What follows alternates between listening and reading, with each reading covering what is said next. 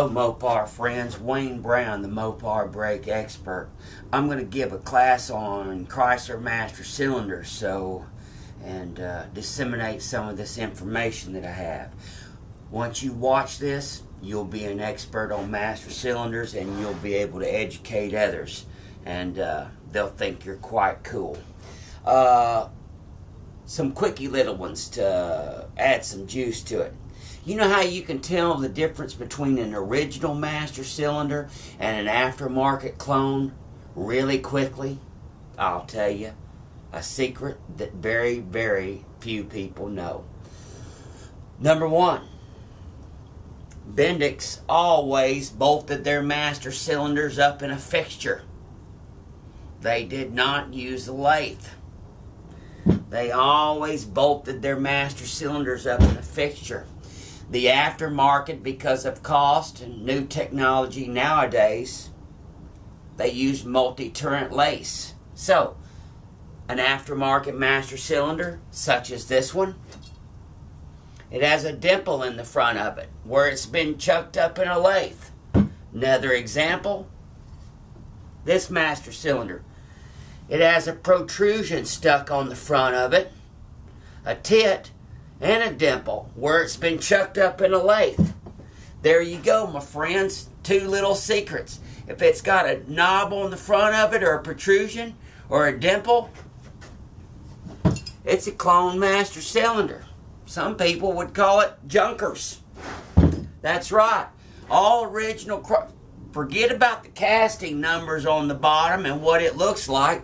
All original Bendix or Chrysler master cylinders had 7-digit Chrysler numbers on the bottom or Bendix casting numbers on the bottom. I got people call me all the time. Wayne, mine says made in the USA in 2883. Is it original? No, it's not original. Number one, the digits aren't 7 long, and let me tell you another little secret. Bendix or Chrysler never ever put made in the USA on their products. That's just a simple fact. Everybody just assumed. That's right. There you go. All right. This is about 1967 and up master cylinders. Before 1967s, they were all single circuit jar tops. And so we're going to move on. 1967, federal mandate. Federal government said that all master cylinders or braking systems would be dual circuits. They would be split between the front or the back.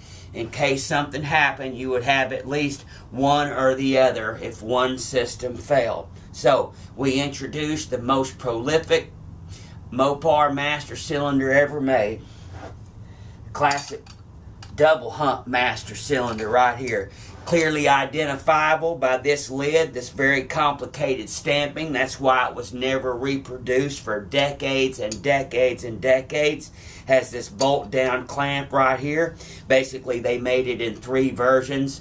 Typically, A bodies, B bodies, and the E bodies. Now, they were all identical, my friends. Absolutely identical, except for the casting numbers on the bottom. And they did cross the lines. So you got, if you look at a chart like pumping points or some of my literature, it says, you know, that basically that a 222-5601 is for an A body, and it says, you know, that a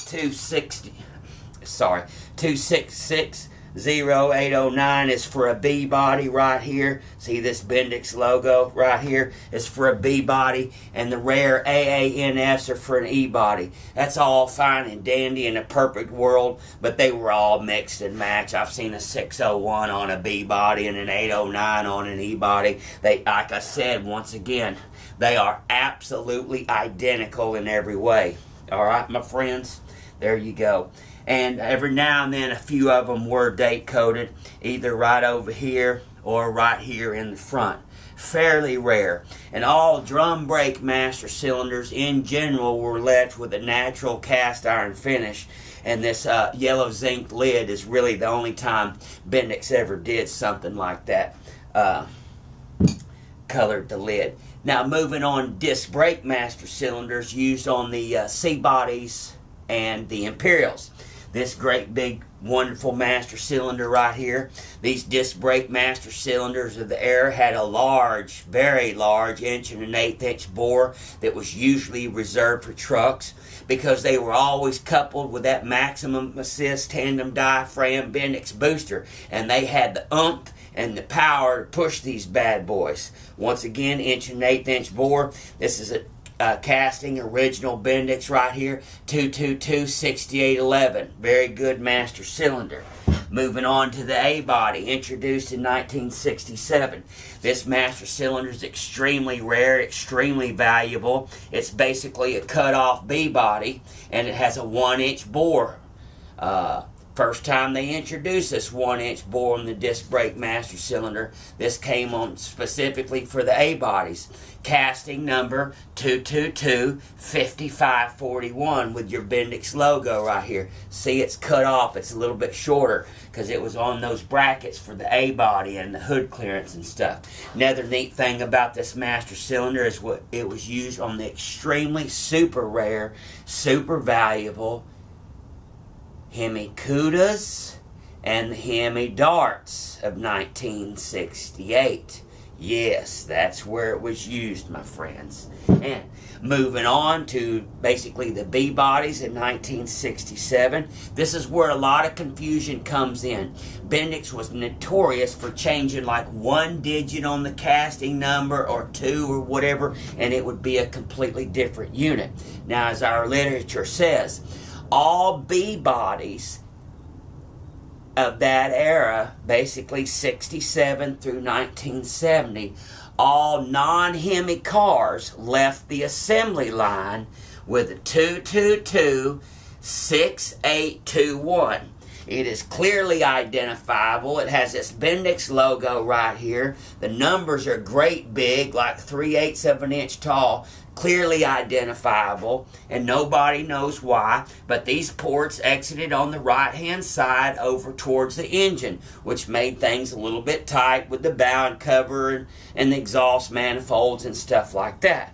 And then we move on to B bodies with the Hemi engines slated for, and got the very similar, this unit right here, 222-5621. There you go. Otherwise, street term Hemi master cylinder. Once again, these were both 1.1/8" bores. They are identical in every way. They use the same kit, same pistons, same everything. But this has left-hand ports right here. Of course, Chrysler always, up front, it was basically a 9/16 20 thread. And right here was a 1/2" 20 thread, where the other folks, they like to use them 18 threads. Mopar was always better and greater. There you go. All right.